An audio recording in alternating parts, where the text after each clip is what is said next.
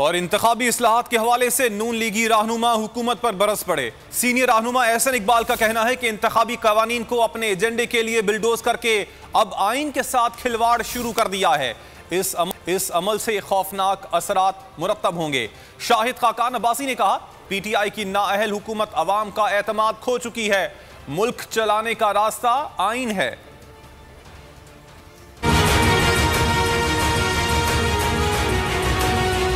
یہ حکومت صرف نفرت، تعصب اور حسد کے اوپر قائم ہے۔ یہ پولرائزیشن کے اوپر چل رہی ہے۔ حکومت نے بلڈوز کیا قومی اسمبلی سے الیکٹورل لاز کو۔ اگر ایک حکومت انتخابی قوانین کو ترمیم کر رہی ہے، اپوزیشن تو کجا، وہ الیکشن کمیشن آف پاکستان سے بھی مشاورت نہیں کرتی اور اپنے ایجنڈے کو یک طرفہ طور پہ بلڈوز کر کے نافذ کرنا چاہتی ہے، یہ ایک نہایت خطرناک مثال ہے۔ یہ حکومت نالائکی میں بھی پی ایچ ڈی کیے ہوئے ہے اور ہر روز اس کی نالائکی کا ایک نیا شاخسانہ قوم کے سامنے آتا ہے۔